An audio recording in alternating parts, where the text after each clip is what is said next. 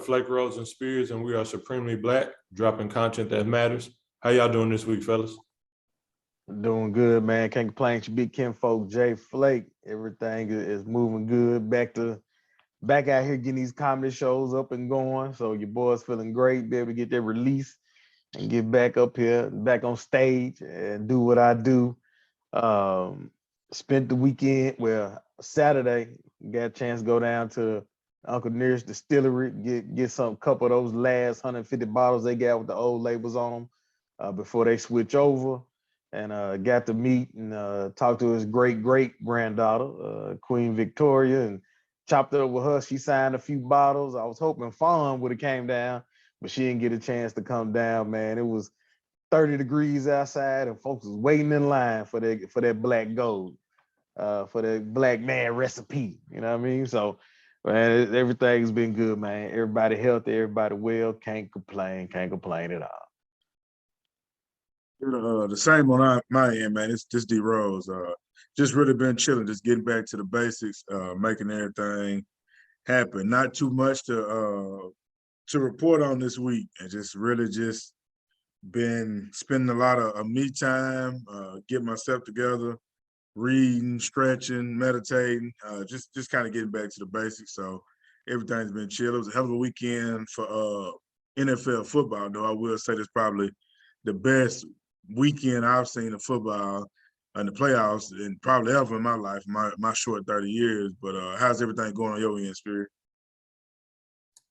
Well, on my end, everything's good. Had some, I'm not even gonna call it an adverse situation, but had some drama pop up, but I had to make a decision whether to allow it to enter my life or to just ignore it. And so I decided to ignore it. So that's a good thing and everything. So outside of that, everything's good. Didn't have to turn up because I chose not to. So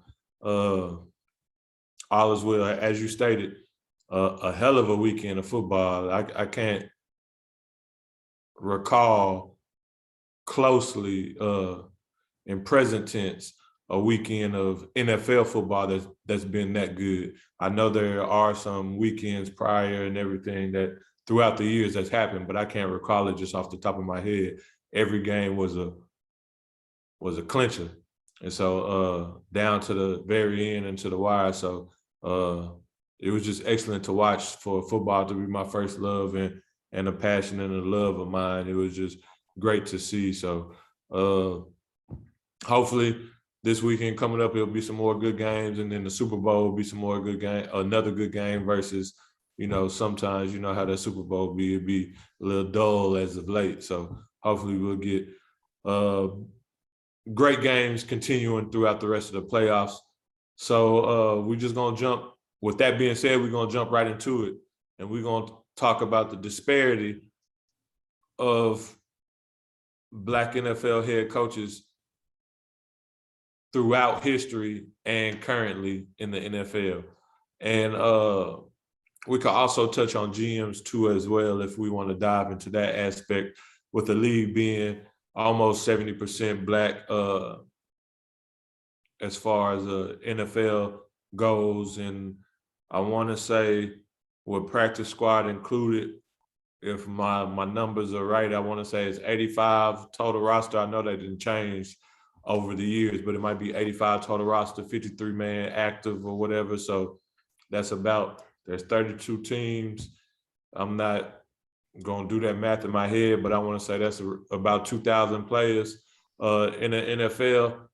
And for 70% of that 2,000 to be Black, and then the percentage of NFL coaches is out of 32 teams, right now we're looking at one, and over history, if you go throughout the totality of all the coaches in the NFL, that ratio and number probably is the same as the one head coach that we currently have in the acting NFL role. We do know that there will be some Black coaches that probably do get a job with the upcoming vacancy and jobs that are open. I think it's 7 NFL teams right now currently without a head coach. So we do know that guys say the same, that some Black coaches will fill those roles.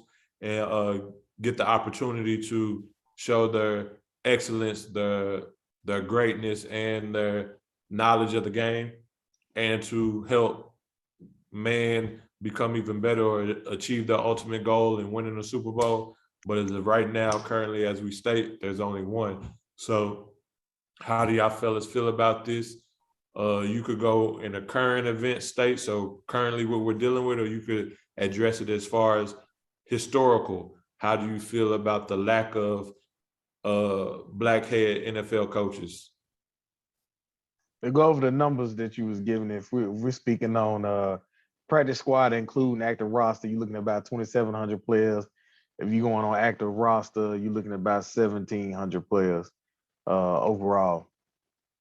I always thought it was a disappointment to me, considering that at my age, I grew up at a time where we just one, and that was Art Shell. And that's the only one I had ever seen. And it was Art Shell for the longest, and that was it. Given the history of it, I know we had spoke before the podcast started. We did a little banner about a couple of things. The first ever was Fritz Pollard. I'm sorry, who was also a player and a coach during that time. Well, during the early ages of NFL, and he had started coaching back in the early 1900s. Back in 1918, and then he ended coaching back in 1928 with the Chicago Blackhawks. After he left in 1928, you would be surprised to know that there was not another black coach until Art Shell. So we talking about from 1928 to 1989. It was not one black head coach in the NFL, not just black coach. Now since, but as far as head coach goes, from 1928 to 1989, well, I say 1929 to 1988, there was none, absolutely zero from that entire time, which is crazy to me. As you go over the black NFL head coaches records, they do have a winning record. When you look at all their winning records, I researched that a little bit. I said, let's see where we at. Now, there are some head coaches, of course, that you're going to have. The record is not that great. But from the totality of it all, as black NFL head coaches, they have a winning record. And to me, it's shameful, especially with my dad being he was my first football coach. Well, he wasn't my first, he was my second football coach for my Pee Wee team. So it's disappointing. I really don't understand why. That, as we all know, that these black head coaches are held to a high standard than the other coaches. And we had the same issue when it came to black quarterbacks. Black quarterbacks, before we got to the level we're at now, was held at a way higher standard than any other quarterback. And we pretty much got the same thing going on with these head coaches right now, which is a crying shame.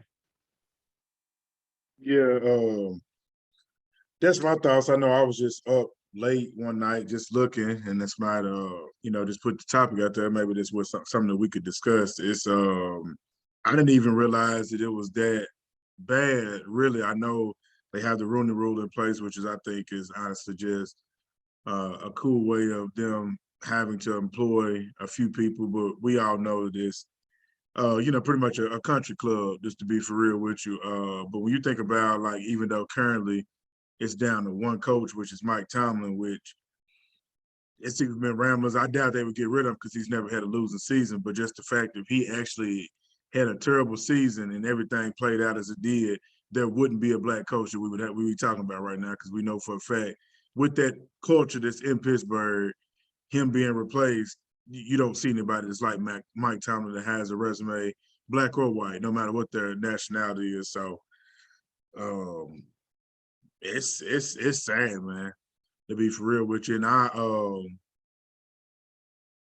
wonder, like, what would it take? Would the players ever just stand in unison and say, until these numbers are to an average to where we would feel that they're a respectable level, we won't play?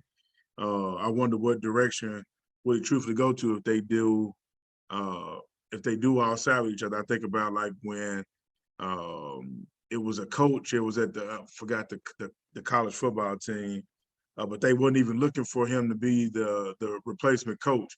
I don't know, was it Notre Dame? Was it? Forget where it was, but it was a black coach that was an interim coach once the coach had left.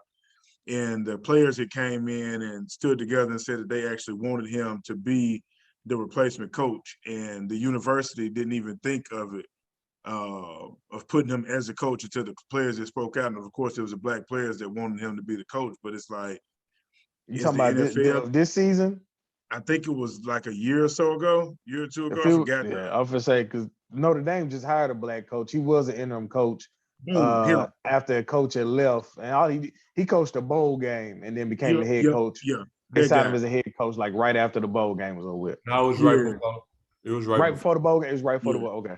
But even they didn't. I don't even think the school. When I was looking at an article, I don't even think the school was thinking about picking him. I think they had other options that they were looking out for, into the pretty much the students, and I mean not the students, but the players actually came to them and said that that's who they thought the coach should be because of what he brought to the table. Which is, I'm pretty sure, it's plenty of opportunities or things like that to happen. But I just wonder, because it's disheartening, but I wonder what would really make it change, because we all know that. To me, I think the Rooney Rule is bullshit. Honestly, I don't think it's helped at all. Every year we could talk about this if we wanted to, that it would still be majority on one side. Because I mean, just think about it, if we were talking about if it was one white coach, how would that hit the news? You know what I'm saying? Like, what would that really look like? But that's my thoughts on it. Yeah, the Rooney Rule basically you can just, I mean, it was at first it seemed like it was a good idea, and I'm not mad that they have it, but it's an easy way to escape the Rooney Rule by saying, okay, we're gonna interview you, we're gonna interview you. All right, boom, we done. And then, all right, little buddy that we've been playing golf with for the last 20 years, you come on and be the head coach. Because some things I've noticed, and D Rose, you and I had talked about it being like a boys club. It's basically when you look up some of these coaches, when you get their last name and you do research, you'll find out, oh, he the cousin of, he the nephew of, he the son of this particular coach. And they're not going through the rankings of some of these other coaches have to go through to get to the NFL. Some of these coaches, they start off at the college level because they played college ball for this particular school. But then in that same time, while they playing college ball, they talking to the coaches or they taking their major in education to become a coach. And then, when they leave, or if they don't get drafted or something like that, they'll graduate and then become an assistant coach, or they'll go to the league and then come back into the college ranks and become an assistant coach. And then they work their way up to the NFL. But when you get to looking at certain names, them cats starting off, they might be starting off at the bottom, but starting off at the bottom in the NFL is better than a lot of other jobs. Because there's some cats that work their way up from high school to JUCO to college, then to the NFL. Some of these cats, they get done with college, their education at college, and then they might not even played in college. And then next thing you know, they the video coordinator for the Tampa Bay Buccaneers. And then next thing you know, they the running backs coach. And they the tight end coach. And then they the offensive. You're like, hold on, where did this cat come from? But when you've been around everybody and you've been around the coaching, they feel like ain't no need to go through that. Look, Lil John been running around NFL team since he was 13 years old. So yeah, he'd be a good fit to come on in. Don't matter if he's a good coach or not. He been around it because his daddy was this, his granddaddy was, or whatever the situation may be. Like, to your point, like it was the report with the diversity inclusion report, where, like, what is it? Out of the 10 coaches right now, 32 of them, or of the 32 coaches, 10 of them were like related to another coach. And then what was the other thing? It was like out of the 73 coaches that are related to another one or a former one, 55 of them were white. So it's like only 18 outside of that is not, you know what I'm saying? Like, it's a given that it's made for them to continue this cycle of hiring the people that they know. And the reason why it makes it even easier, because half of them are related. So it's like, I mean, here, you fight and lose the battle. Then with the Rooney Rule is, let me just interview Flake, let me interview Spirit, let me interview Rose. Well, they didn't fit what we were looking for. They were terrible at answering questions. You can't tell me, like, what's dude named Bellamy from the Chiefs? Is it Eric Bellamy? Yeah. Yeah, like, yeah, but you can't tell me he shouldn't be a head coach by now. Like, I don't give a damn how he interviewed. What you putting out there on the field, everybody ain't an interviewer. He has to know how to coach football. Point blank, period. Like it's sad, man, but Just to continue on what y'all was saying and to further discussion, there's definitely a lot of nepotism going on in the NFL, and that's how a lot of these people are getting their careers started and becoming coaches, offensive coordinators, head coaches, defensive coordinators, general managers, player personnel directors, and different things like that, even presidents and stuff in these organizations. The one thing that I will say is, as a people, that we do have to do better is stop giving a pass to certain aspects. And so with that being said, I'm just going to address some things. If you're in a certain position and you are trying to get something, you need to practice what you're trying to get. So as far as like interviewing well, if I'm a hell of a coach, but I know I'm trying to achieve something, I need to practice my weakness to be able to get that. Now I know that, like y'all said, it's a lot of nepotism, it's a good boy system or whatever, but I can't let my lack of being able to communicate and interview because I don't know the basis of how you interview bad, because all it is answering questions. So I don't know how somebody technically interviews bad unless they just should. But when you're in that environment, that is something that we can't allow people to use as an excuse to say we're not hireable. And so I think it's on us to do better and to say, come with the confidence, come with the knowledge, come with the X's and O's, because I know for a fact, when you do go for an interview, you got to put some X's and O's up there, talk about what your plan is and what you plan to achieve in the organization in the future and everything. And so if that's something that you know that you might lack at, and you just good at telling players, hey, line up here, do this, whatever, well, that's something that you need to practice if you are trying to attain a certain status in the league. But the big issue is people aren't trying to open doors for us. And that's the bigger issue. These billionaires, these 32 billionaires in the league aren't trying to open the doors for us and allow us to be able to control our own people. Because I don't know if it was said already or not, but I know when we was talking before we started recording, the NFL makeup is 70% or almost 70% African-American. And so if you go back to when Cap did his thing and that owner in Houston at the time made that statement of, what was his exact words? Because I want to quote him properly when he said, you can't let did he say he didn't say plantation, did he? You can't let the boys run. You can't let, I think he said something like, you can't let the prisoners run the jail. Yeah, can't let the prisoners run the jail. Yeah, you can't let the prisoners run the jail. That lets you know exactly how they feel. And so that lets you know they don't want us to be in charge of our own people, but then they also don't want the players or the Black coaches to have control. And so to me, it is a direct correlation with society. But that's how any business is to me, corporate or not, unless it's Black owned.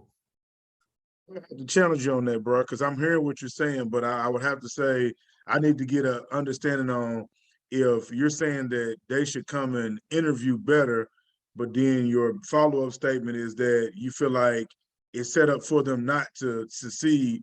What is them learning how to interview better ever going to change if it was never for me to pick you? So I'm going to come out publicly and say, Flake didn't interview well, D Rose didn't interview well. So I'm not talking about the Rooney Rule when I say interview well, and when I say it wasn't their goal to pick you. I'm talking about, so when I say, one thing I'm saying is there are some coaches that we know, and it's been proven, because they even came out and said, I didn't interview well. I didn't do good when it came to the interview. I blew it.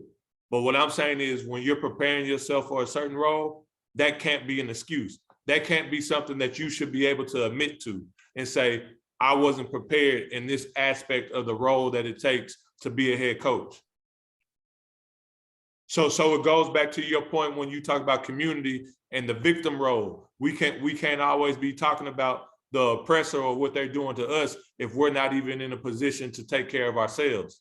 And so we got to be in a position to take care of ourselves. So then therefore, if the excuse is, it's because I'm Black, it's clear cut and it ain't nothing else. I understand where you're coming from. I would just have to disagree with that because I would think that the white coaches are still provided with more of an opportunity to interview just because a few of us have came out and said it. I don't think they necessarily will because they understand that it's a politics game. So if I'm the coach that's going up for it and I say I didn't interview well for the Tennessee Titans job, the Texans can use that same excuse because I publicly admitted that I don't think that I came to that prepared.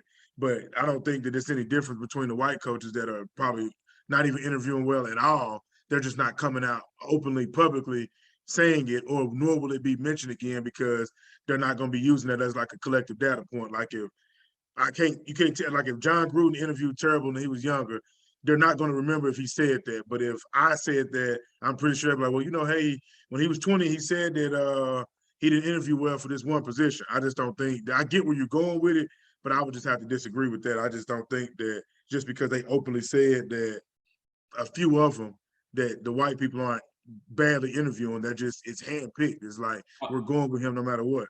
I'm not disagreeing with you on that, but what I'm saying is, as we know, even like we're going to a bank and getting a loan, our finances have to be in better order than a white man in order to get approved for something. So what I'm saying is we have to be better prepared. I'm not saying it's fair or it's right, but that's just what we have to do in life as being Black in society, is know that we have to have our T's crossed and our I's dotted in order to get the same access and opportunity and equity as a white person, as our counterpart. So I'm not saying that it's fair and right and that white coaches do all interview well. But what I'm saying is we can't allow that to be our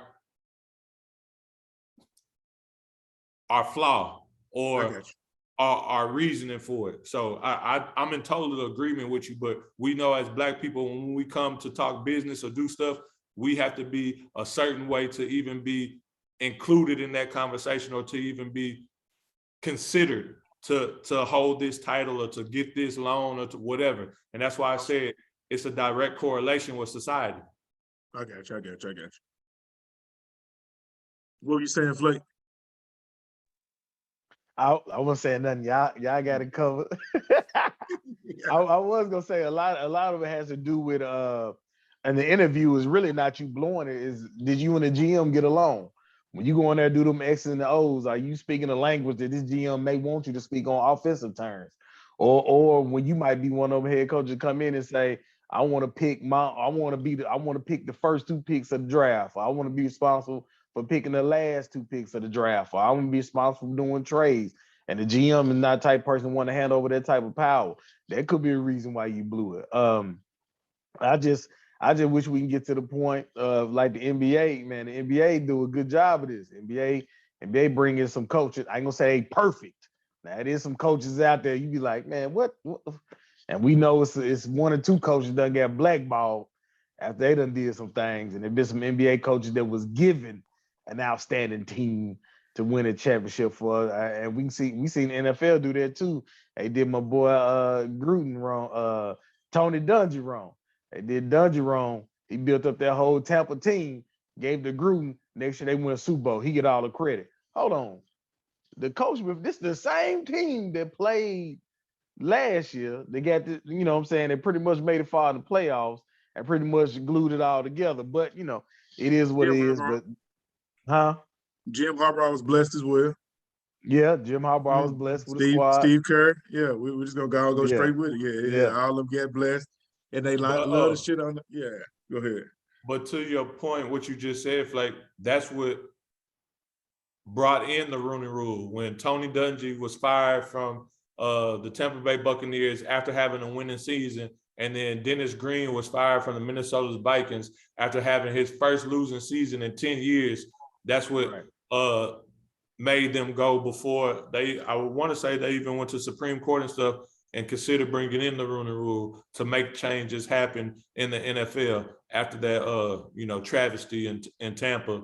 And then, the next year, somebody gets a ring that wasn't Tony Dungy, even though we know Tony Dungy, it should be an asterisk next to John Gruden, and Tony Dungy should have a piece of hardware from Tampa Bay. I'm glad he did eventually end up getting a ring, but it'd be like that sometimes.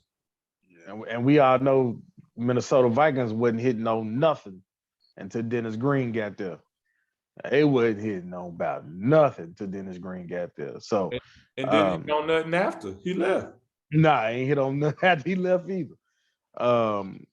So I mean, a lot of this, like I said, is nepotism. One thing I will say about us as a people that we do nepotism from time to time, but we all like, hey, who gonna get the job done? Like for real, I ain't got time to be playing with y'all. Who gonna get the job done? And we be like, I don't care what color, what language they speak, they get the job done. Let's get it done. So some aspect we're gonna have to pull back and probably do more nepotism than what we've been doing in the past to get jobs done, especially when it comes to NFL. So all these few ex-players that coming in and becoming coaches, this is maybe not head coaches, but assistant coaches. If you the linebacker coach, defensive coordinator, offensive coordinator, things of that nature. Start pulling up you have your sons running around the facility, have your little cousins running around the facility, your nephews or whatever. Let them know that being a coach is something you ain't got to play in the league to do. You can just get your education. And if I'm in the league long enough, I'm gonna give you a job. I'm gonna give you a job doing something. I don't care if it's the video coordinator. I don't care if it's the assistant to the assistant running backs coach. But we gonna give you some type of notice to get you. I'm telling you, laughing, but that's how someone be starting off. It'd be some position, you be like, I didn't even know they had an assistant coach for that. I didn't even know if they had a coach for that. And then all of a sudden, you'll see that it's Bill Belichick grandson. He 21 years old. Now, how in the world he the coach of just the nose guards? So like, I didn't even know you be a coach just over nose guards, but they'll make them a job so they can get their feet in and be around and be in the video room. They be passing up some of these people that's been assistant coaches for 20 years, and this cat been running around the league 5 years and up for head coach position. How? So yeah, we need to get that nepotism going, man. Get them brothers in there. And even if, let me just play devil's advocate with that. Even if they start having the, little Ray and Pookie them running around, is that really gonna shift the narrative of them still being comfortable with the billionaire owner being cool with you? Because at the end of the day, if I had to go out and kick it in Houston, I'm probably going to Third Ward. I'm not going to the golf club, the country club, to be kicking it with none of them. You know what I'm saying? I'll probably go to Turkey Leg Hut before I go find out what's the latest and greatest spot downtown that we can kick it at that, the rich folks go to. So it's like, even if we start doing it, is that still going to break it on a higher level to where they control the narrative because they the ones spend the money and they own the team? So yeah, I might have my nephew running around, but they don't see the value in my nephew. That's just flake nephew. You know what I'm saying? So what do you think would be the way around that wall? Because that's where the wall is. Yeah, I'm not saying that's gonna be the answer. NRB. I think it's gonna help out some when you start being around people a little bit more and get your foot in the door. Because a lot of them is, when you become the head coach and you want to bring in your nephews, your son, or whatever, but he been knowing the owners for so long because you the head coach, so you talk to the owners. You know what I mean? So you move yourself around from the team in New York to the team in San Francisco to the team in Dallas to the team in Denver. You've been around all these owners, and your kids been right there, and you build that relationship with him. Say, hey, he going up to high school next year. He gonna be at college next year. He going to Stanford or wherever he going, whatever HBCU. Like, yeah, he gonna try to be a head coach. He ain't gonna play, but he gonna be getting his education and be in the coach's room with them And, he can bring that knowledge to, and then he in the NFL coach room. Every time owner walk down the hallway, he there speaking to him, say, "Hey, how you doing today?" Blah blah blah. Keep it moving. But their face is in his mind, like, man, I know him, I know him, I know him. And I think that's how some of these, but like you said, they hang out though. That's gonna be the difference. We not really finna be hanging out where you hang out. So we gotta depend on those relationships, of knowing them and having these conversations when we in the work environment, make it known that we here and not just being thinking you can't speak to somebody, say hey or whatever. Because I even say, for me personally, and when I work for certain companies, I've gotten jobs and my interview probably wasn't better than 2 other people, but that person know me. I speak to them in the hallway. How you doing? I ain't kissing butt and I ain't kissing ass or nothing. It's just general, just, hey, how you doing? How your kids doing? Blah, blah, blah. Boom, keep it moving. And it ain't got to be a long conversation. It could be just some fact you just speak every time you see them, and that's it. And there's been times I've got promotions. Prime example, the first time I ever supervised in a company, I was 21 years old. The dude, the VP, didn't want me to be the supervisor, but the director and the manager was like, "Should we know Justin? We talked to him. We blah blah blah. Look, you can't stop us from hiring. I mean, you might don't want him, but let's give him a shot." And that's pretty much it. They pretty much told me, like, "Hey, don't fuck this up, dog. Dude didn't want you, but we know you. We talk to you.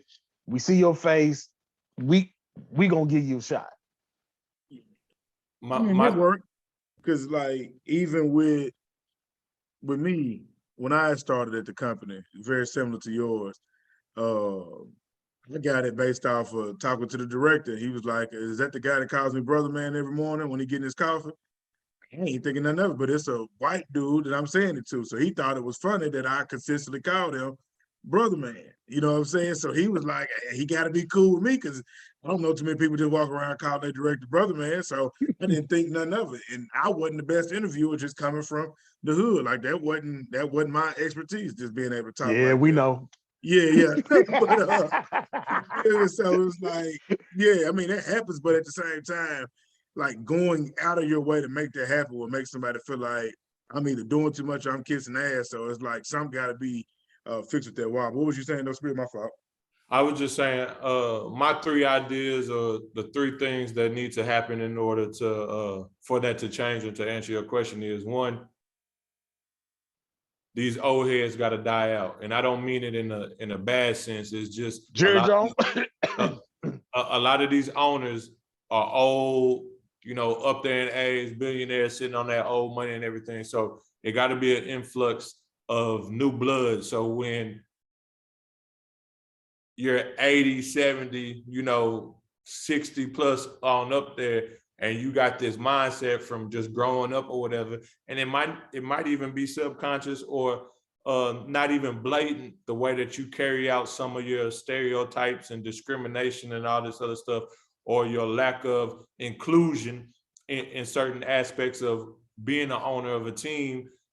Some of them got to die out, and it got to pass down to their young family and to the younger generation where, they're more inclusive. They more so, as people say, don't see color, even though everybody sees color. But how people like to say these days to be, to make it seem like they're not racist. I don't see no color. So we need some new blood, some fresh blood into the ownership group. Secondly, we need people like Kanye, since he's one of the richest Black men in the world, or Oprah, one of the richest the richest Black woman in the world, to go for ownership. So when these teams are up for sale, we need either a group of Black billionaires / millionaires to come together to try to purchase a team, like when the Carolina Panthers was just up for sale a couple of years ago, and we was, throwing out there that P. Diddy and them was trying to put in an offer for the team or whatever. We need that to continue. So once we get in the door,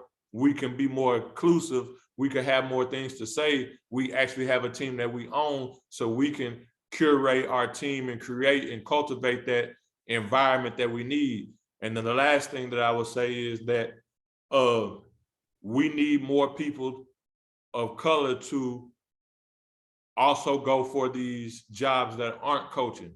So player personnel director, GM roles and stuff like that have control over, you know, who you draft, who you get in free agency, who you cut, contracts, things and of that nature. So then therefore we're in the higher up and we're in the hierarchy of team building, team owning, team how it moves on the in and outs and day-to-day business. So then therefore we have more say so versus just trying to be a coach and, you know, just trying to directly work with the players, because being a coach is fine and dandy, but it's also not going to create that change that we're really looking for. So I would say we need fresh blood, some of the old heads to either pass it down to their kids and their family members or die out. Secondly, we need our billionaires and millionaires to continue to submit offers to buying these franchises when they are up for sale. And then thirdly, we need people to go in for the, you know, higher up jobs, whether it's general manager, whether it's president and player personnel, whether it's president in the organization or whatever the case may be. So then we could have more of a voice in shit when it comes to things like this. I like them three though. I really do. My only thing is I hope that if there is somebody that comes in with some money that has a celebrity in our culture, they play the background of it though, because I would really love for somebody to not to have the celebrity that is really in tune with what's really going on to push the movement. Because I think it's like, with it being such a disconnect, we really need somebody that's impactful, not just has a celebrity that's celebrated. Because a lot of those people, they got money, but really, are they doing things that are really shifting our culture, or are they just the people that have been propelled and pushed up in front of us to make us think that they're really changing anything? Just because they got the bread doesn't mean they really have the influence that will really make the shift. Because if you ask me, when they put the Jay-Z in the intern for like doing the music and stuff, all that's cool, but what does that really do? And then, yeah, they have the commercials talking about the inner city changes they're doing in the hoods, but we have one black coach. So it's like a lot of things that they do, I think, is just for, hey, let's just put this out there that, hey, we really care.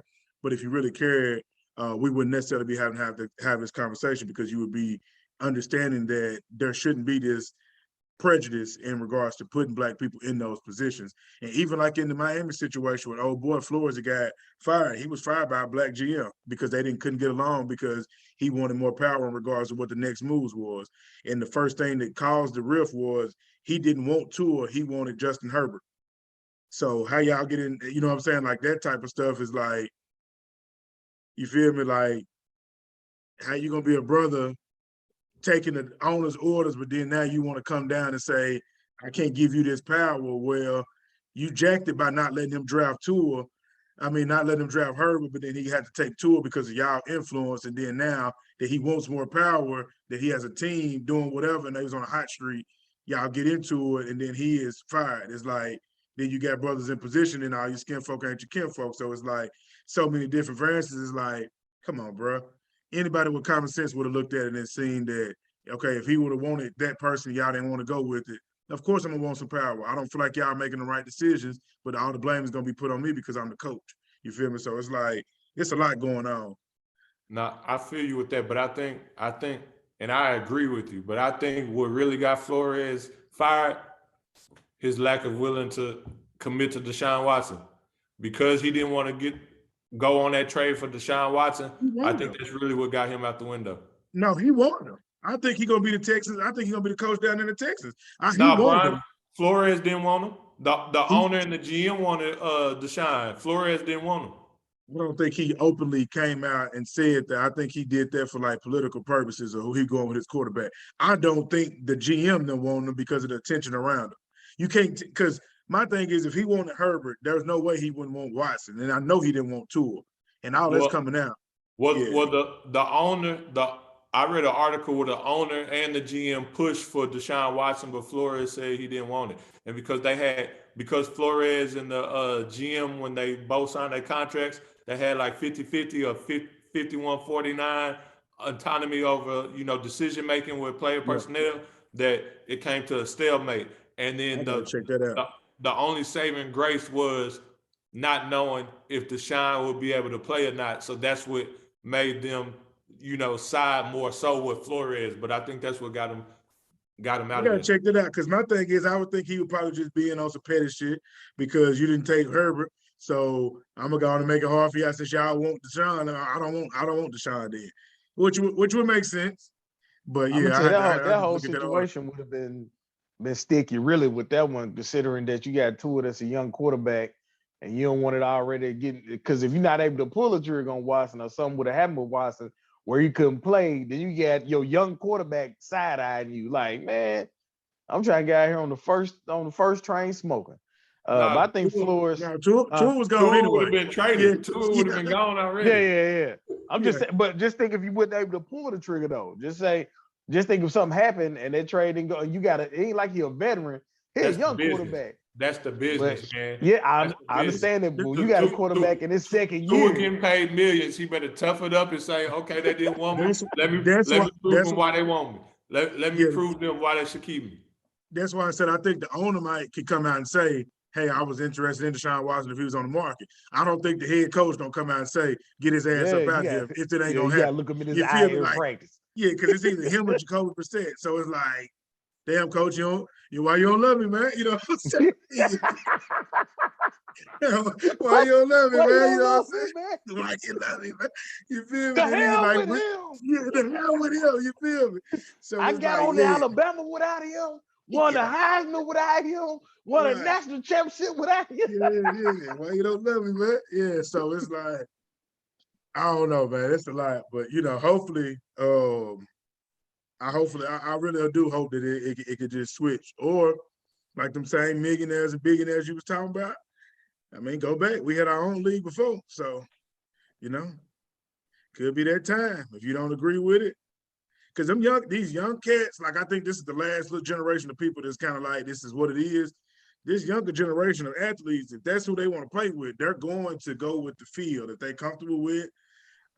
Somebody of a different race doing it, but if they're so used to coming up in these environments where they've only had a black coach, it's going to be hard for you to think they're going to sit on the sideline and take orders from somebody that's talking to them. Like, they start pushing them out in the NBA, like Steve Van Gundy, them, like them old school coaches with that slave driver mentality. They out of here, bro. You don't relate to the players. You got a bunch of millionaires that's making more bread than you.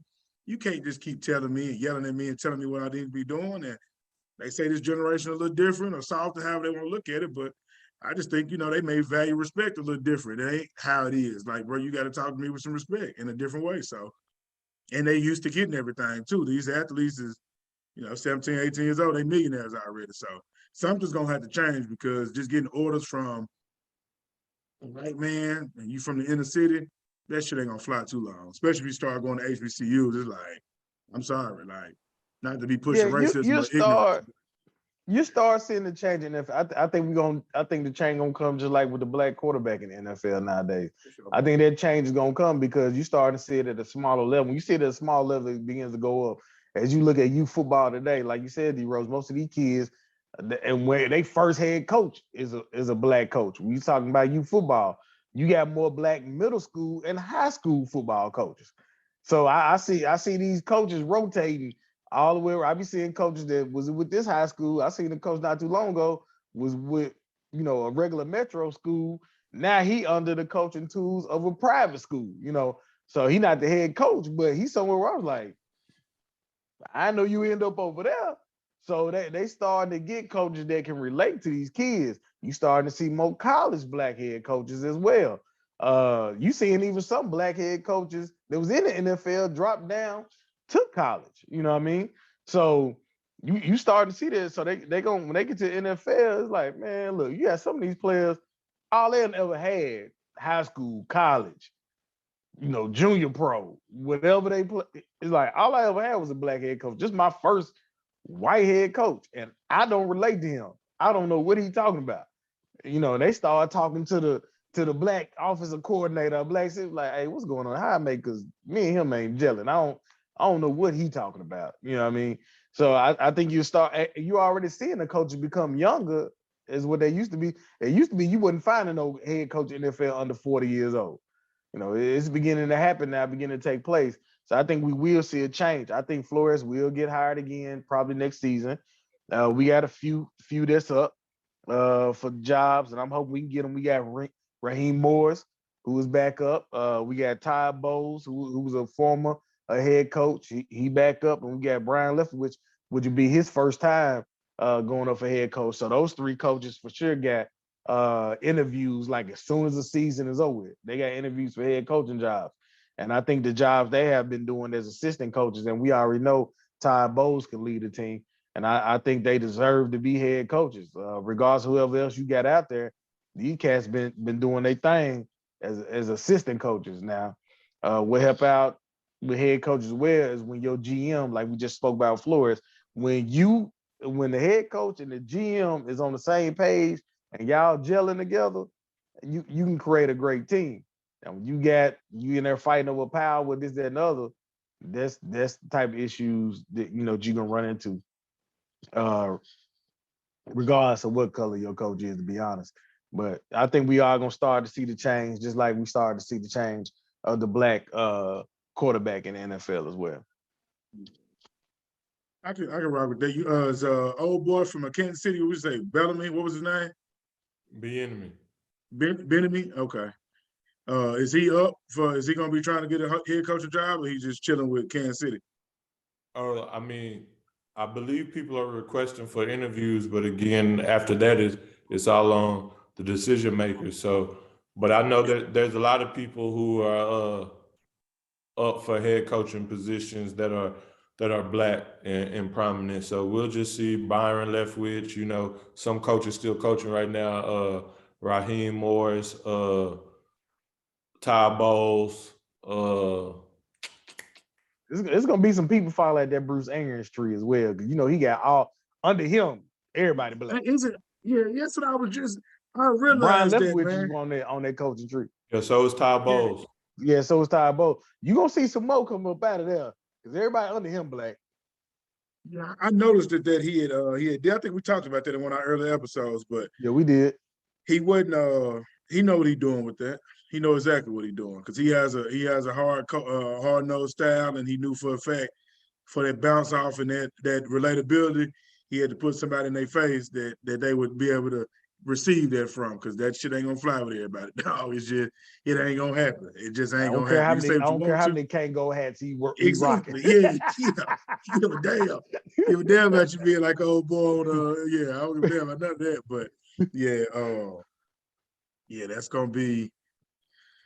Yeah, we'll see. Was there anything else that y'all want to touch bases on, though? I know that's the only thing that I had thought about talking about this week. I think we had some other subject, a couple other subjects, but we don't went so long on this one. I think we just wrap it up, and we can wrap those other two and move them on to another episode. It was Spears. It was something that you said you want to talk about. I don't think that was no long. Was it something that we would need to address longer than a couple minutes, or what was it? I don't remember the chat. You can't remember? Okay, we'll ride with that then. So yeah, we'll ride with that. Yeah.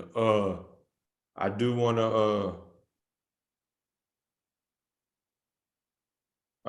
to salute to the only black quarterback left in the playoffs, Patrick Mahomes. So 50-50. Salute to you. One drop group. Yeah.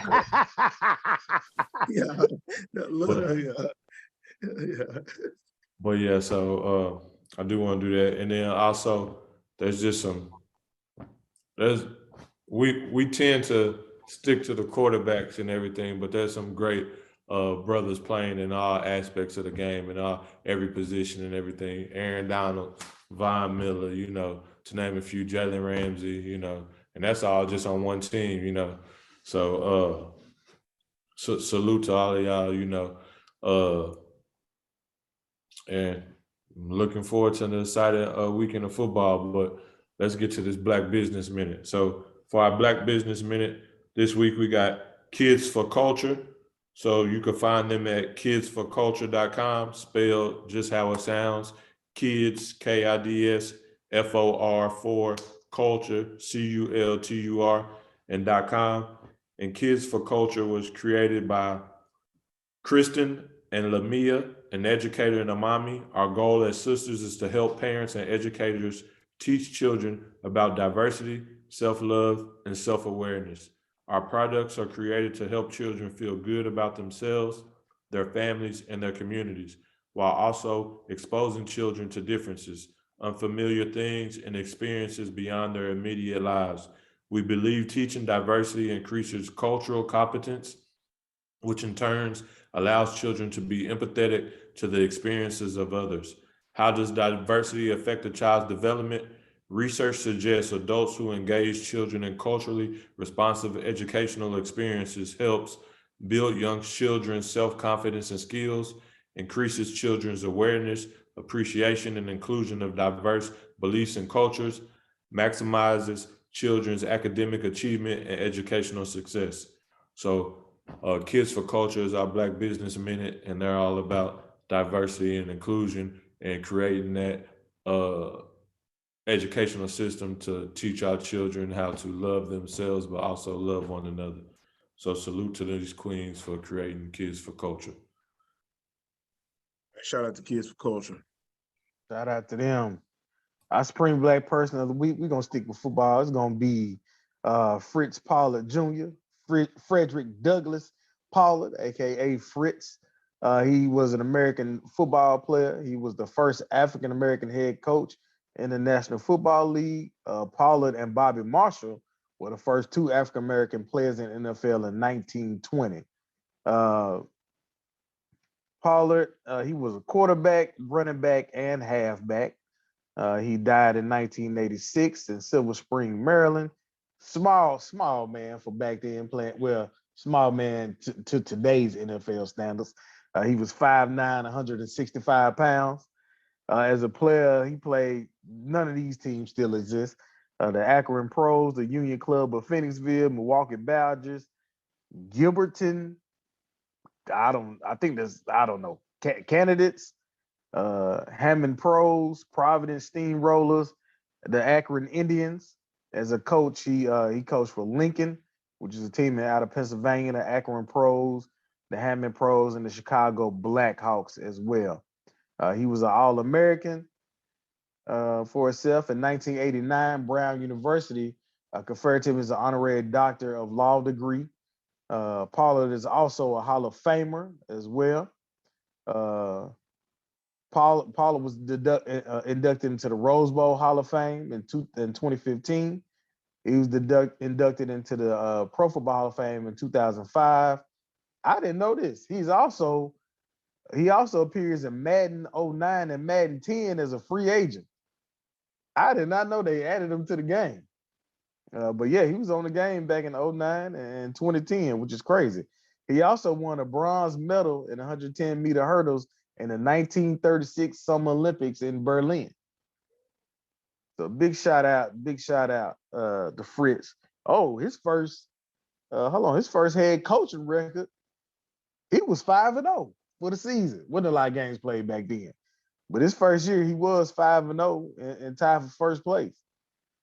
So outstanding job. So that goes to our supremely Black person, Mr. Fritz Pollard, a true American legend. With that being said, yes, sir. With that being said, for all our queens out there, put your crown on, tilt that thing to the side, let them know y'all a queen. For all our kings out there, put your crown on, tilt that thing to the side, let them know you are a king. We are supremely Black. And we out.